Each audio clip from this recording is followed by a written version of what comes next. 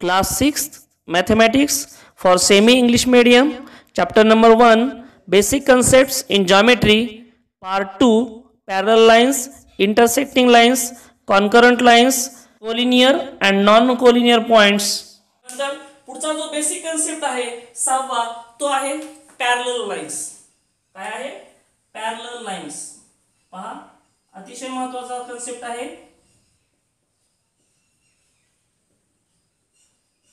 Parallel lines लाईन्सच आहेत but name is parallel lines. मग parallel lines म्हणजे काय?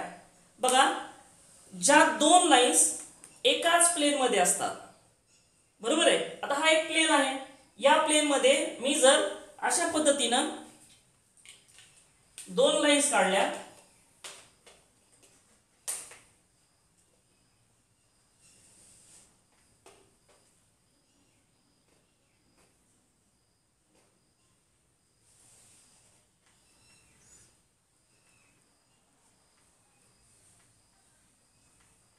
बरोबर आहे.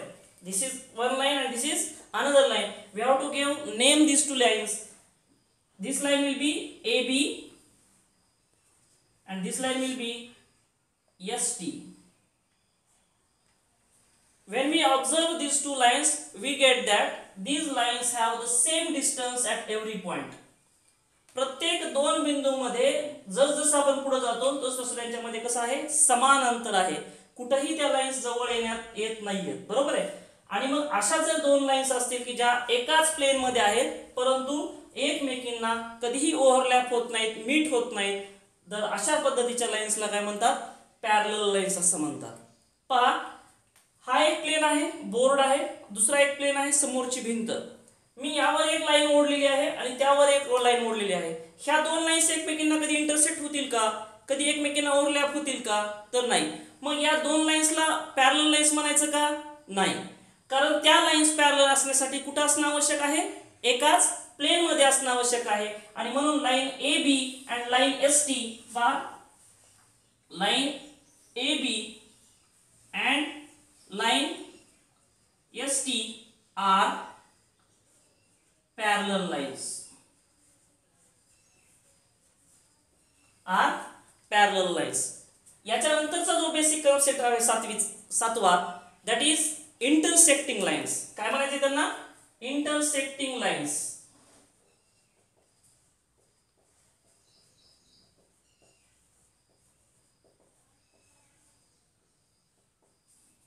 कोणत्या लाईन्स? Intersecting lines. काही आणखी आपल्याला असं सांगता येईल की पॅरलल लाईन्स मध्ये आपल्याला एखादं उदाहरण विचारलं तर काय सांगता येईल? आपली जी नोटबुक आहे त्या नोटबुक मध्ये ज्या दोन लाईन्स आहेत, दोन ओळी आहेत ज्याला आपण लिहितो, पहा त्या कधी काळजीपूर्वक पाहिलं, they never meet one each other. त्या कधीही एकमेकींना भेटत नाहीत, बरोबर आहे ना. दोन लिहिण्याच्या ओळी त्या तशाच सरळ असतात. तर अशा लाईन्सला काय म्हणायचं?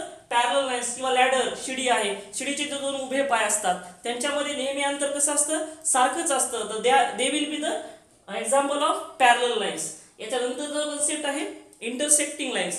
मग इंटरसेक्टिंग लाईन्स म्हणजे काय? तर पाहूया इंटरसेक्टिंग लाईन्सची फिगर. तुम्हाला फिगर पाहिल्याबरोबर लक्षात येईल की नेमकं इंटरसेक्टिंग लाईन्स कशाला पाहायचं.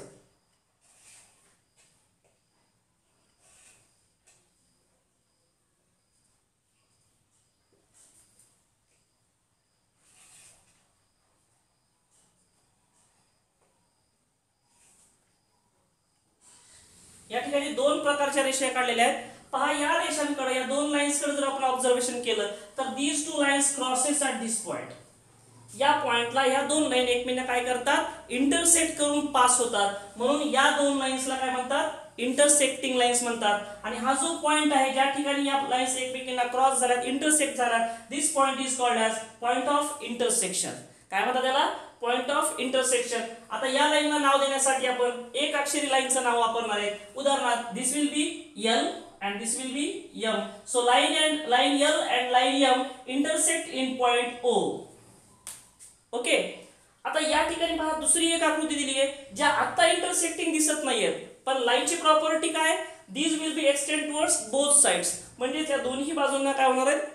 वाढत जाणार आहेत. मग कालांतराने पुढे जाऊन या दोन लाईन एकमेकींना इंटरसेक्ट होण्याची शक्यता आहे. म्हणून this is another example of intersecting lines. हे सुद्धा एक इंटरसेक्टिंग लाईन्सचं काय आहे? उदाहरण आहे. ओके. मग line L line M, sorry line L and line M, या ठिकाणी आपण दोन अक्षरांमध्ये लाईनचा वापर केला होता. या ठिकाणी लाईन लिहिण्यासाठी किती अक्षरांचा वापर करतोय? एका. पण हाच फरक लक्षात घ्यायचा आहे की या ठिकाणी आपण स्मॉल लेटर मध्ये वापरलेला आहे आणि या ठिकाणी कॅपिटल लेटरचा वापर केलेला आहे. So line L and line M are intersecting lines. यांना सुद्धा आपण नाव देऊया एस आणि टी, आणि याची सुद्धा तुम्हाला लाईन लिहिता येईल की line S and line T are also intersecting lines.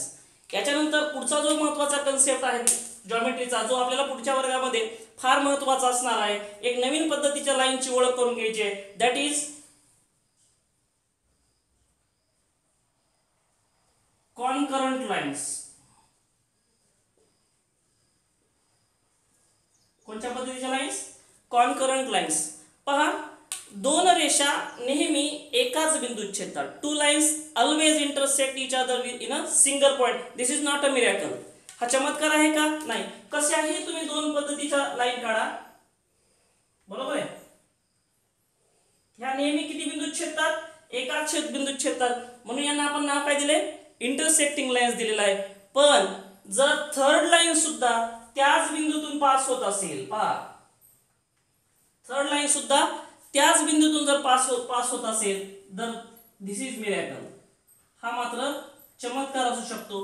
कारण नेहमी पहा, आपण दुसरी एक फिगर पाहूया.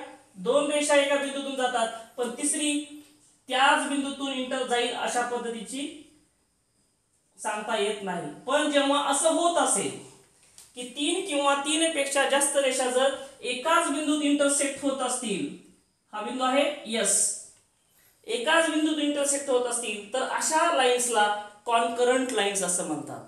दिस is the example of concurrent lines, but this is not the example of concurrent lines because these three lines are not intersecting each other in a single point.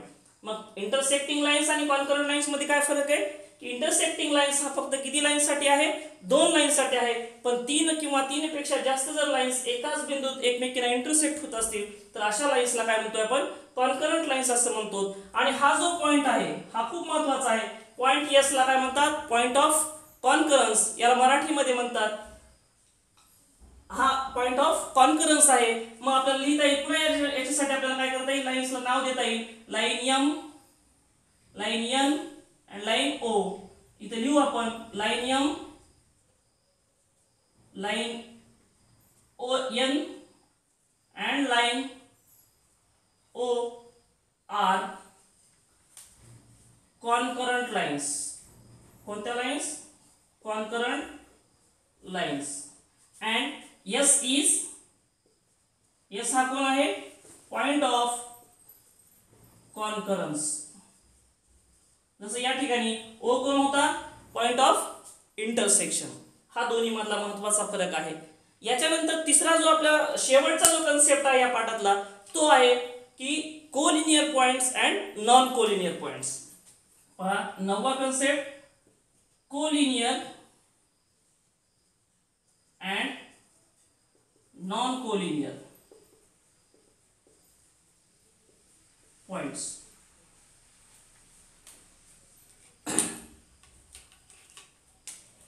एक बिंदू असेल तर एक बिंदूतून जाणाऱ्या आपण किती रेषा काढू शकतो?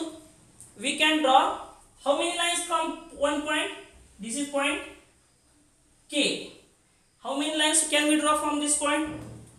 पहा, काढून पाहूया. दिस वन, ही दुसरी काढली, तिसरी काढली.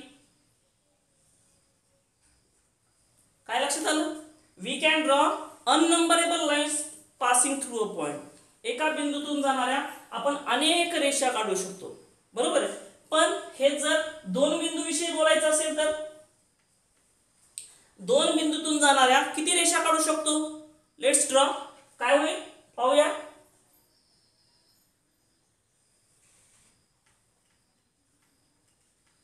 याच्यापेक्षा आणखी दुसरी लाईन याच्यामध्ये ड्रॉ करता येऊ शकते का?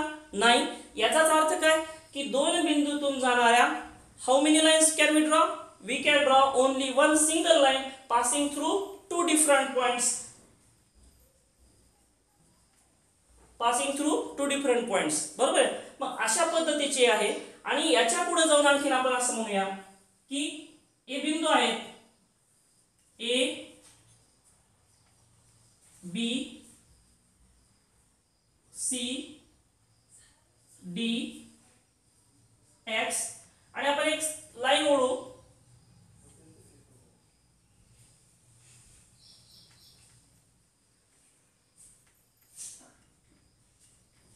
ओढल्यानंतर काय लक्षात आलं आपल्याला की point A, point B, point C lie on the same line, एकाच रेषेवर आहेत ते. But point D and point X are not on the same line.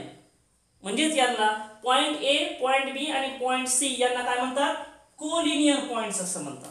ते एकाच लाईनवर आहेत, एका रेषेवर आहेत. पण पॉइंट ए, पॉइंट बी आणि point D, these are the non collinear points. याचा अर्थ काय की ए, बी आणि डी हे एका रेषेवर येतात का, नाही. Can we draw a line from passing A point B and point D, no. याचाच अर्थ point A, point B and point D are non collinear points. So point A, point B and point C are collinear points. Okay, and point A, point B and point D are not collinear points.